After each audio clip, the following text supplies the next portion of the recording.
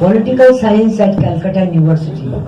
However, since childhood, language has been my first love. I also studied Hindi literature and did my Bisharad and Sahitya Ratna. I was first introduced to Sanskrit at the age of 8 by my grandmother when she asked me to read the Bhagavad Gita. Subsequently, a teacher from Banaras Hindu University, Pandit Divakar Pandey, taught me the basics of the language. Moreover, I was greatly inspired by Bankim Chandra's writings, which were instrumental in my learning Sanskrit. From childhood, I was attracted to spirituality without knowing what it meant. Its seeds were shown by my grandmother, who was deeply spiritual. A palmist who was a close friend of my father had told him that I was not meant for a worldly life and would spend my life in the ashram. I had many strange experiences during childhood, which I later learned were spiritual. In my dreams, I would see a luminous world and wanted to know where I could find it in the physical world. When I started writing stories for children in Sanskrit, I narrated my spiritual journey in the story Prashna, published in the Katha Madhuri, for which I am being given this prestigious award. I had first heard of Sri Aurobindo when I was 9 years old. One day I heard on the radio that the great yogi had left his body. On 5th December 1950, when I asked the elders where Sri Aurobindo had gone, they said he had gone to see what is death. At that age, I didn't understand what that meant. Soon after, at a book fair in Kolkata, I saw Sri Aurobindo and the mother's photographs for the first time, and a light appeared to enter my being. I had the inner certitude. It was they whom I had been seeking. I urged my father to buy the photographs. I kept them in my almirah and started worshipping them. Gradually, I came to know that the mother stayed in Pondicherry. When I was 19, my mother took my sisters and me to Pondicherry.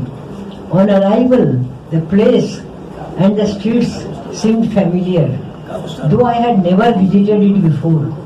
When I entered the ashram, I felt a strong sense of peace and joy of having found the luminous world that I had been seeking since childhood. When I met the mother and touched her feet, she embraced me and put her hand on my head.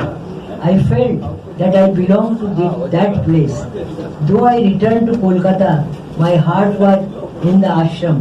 I wrote the mother requesting her to give me some work that would enable me to feel her presence in Kolkata.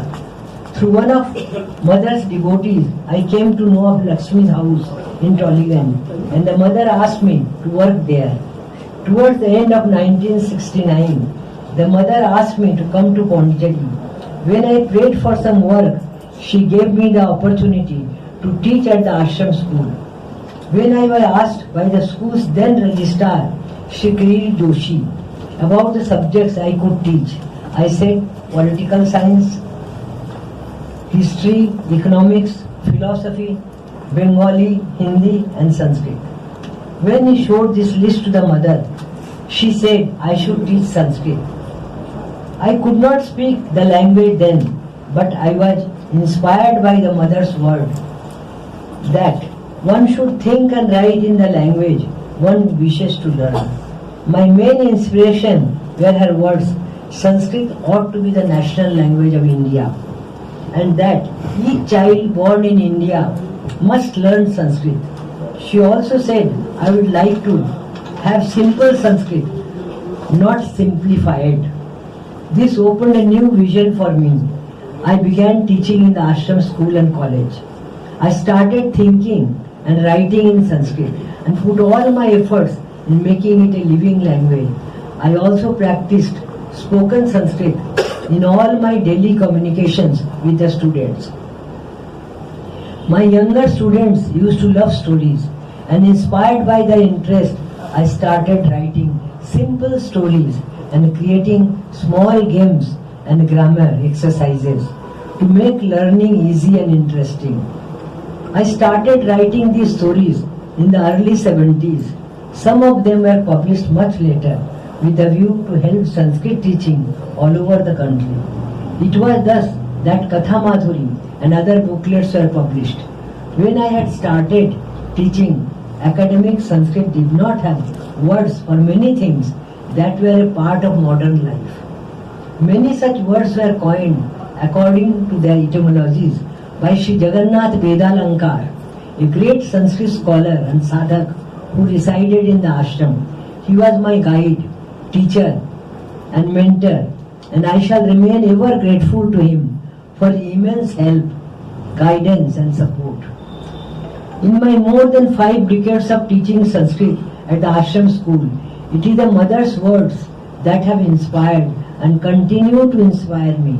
I am eternally grateful at the lotus feet of the Divine Mother for granting me the special grace of teaching Sanskrit in her school.